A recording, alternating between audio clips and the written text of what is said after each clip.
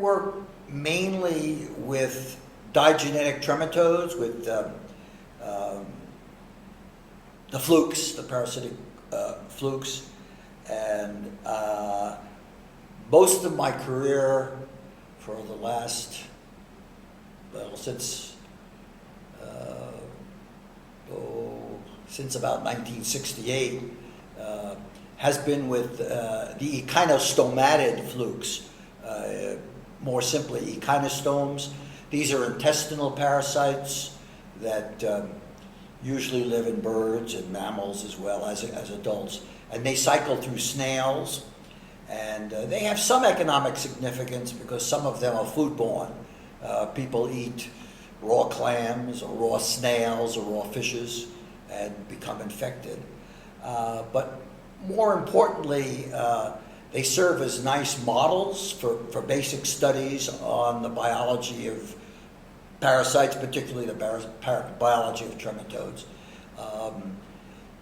They are easy to use because they're easy to cycle in the laboratory. It's easy to keep the snails that they use as intermediate hosts, and for many years it was fairly easy to keep the vertebrate hosts, which can be domestic chicks or mice or hamsters. Now it's getting a little bit more difficult to maintain some of those animals because of all of the permissions needed to maintain vertebrate animals in your laboratory. But we still have the necessary permits to maintain a mouse colony, for instance. But of late, I spend much of my time working with the snail phase of the biology. The snail is a preferential host. It's a required intermediate host in the life cycle of digenetic trematodes. The parasite is obligatory to the snail, must go through a snail to start its cycle. And one of the things I do is I maintain snails that are the intermediate host for these parasites. For a while I had maintained several different species, but now I maintain mainly the important vector snail called Biamphilaria glabrata. This snail also is the vector of Schistosoma mansoni, a very important medical parasite. But it happens that that particular snail, the Biamphilaria snail, is also the vector of an echinostome that I work with, this Echinostoma caproni. I do a lot of collaborative work with a worker in Spain named Dr. Rafael Toledo. He's at the University of Valencia. I met him through the literature when he decided to describe an echinostome in my honor back in about 2000. It's called Echinostoma friedii, and he first contacted me to ask if it would be okay, and certainly it's an honor. And we have been collaborators ever since, and we've done a lot of work on that particular echinostome, on E. friedii, and on this Echinostoma caproni, which is in a way easier to keep in the lab because it cycles so readily through that Biamphilaria snail, and mice, for instance, is the most convenient host. Yeah.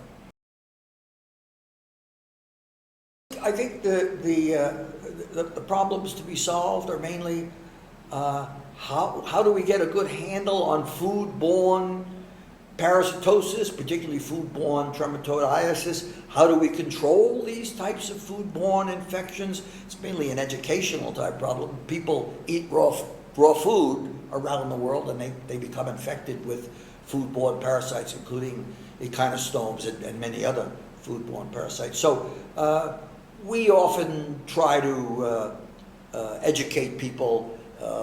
It's not very easy to do. Educating people is not an easy task, but we try to point out the hazards of eating raw or improperly cooked food, particularly as it may apply to getting trematode infections. Now, of course, raw and uncooked food will lead to many other problems other than the trematode types of problems.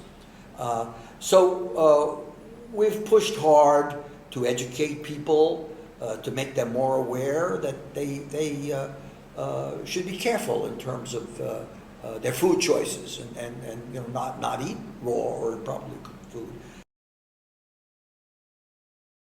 I've published a lot of basic papers in the Journal of Parasitology that have dealt with what we call chemical excitation, and those get quite a following and have a reasonably high citation.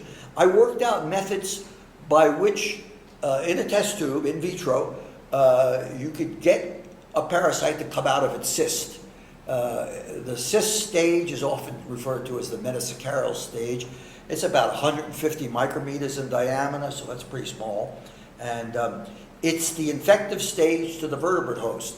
It's the stage that the vertebrate, man included, acquires when he or she eats the improperly cooked food. Many of these metasaccharia are within fish or snails or clams, and as I say, if people eat those, if they eat those products improperly cooked, they may become infected.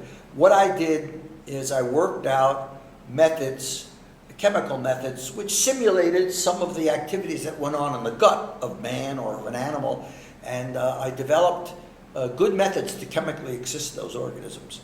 And those methods are used a lot for basic research and also to get that larval stage and work with it to even to do chemotherapeutic work with that larval stage. So and I've published most of those articles in the Journal of Parasitology. They're usually entitled Chemical Excitation of, and then the organism name.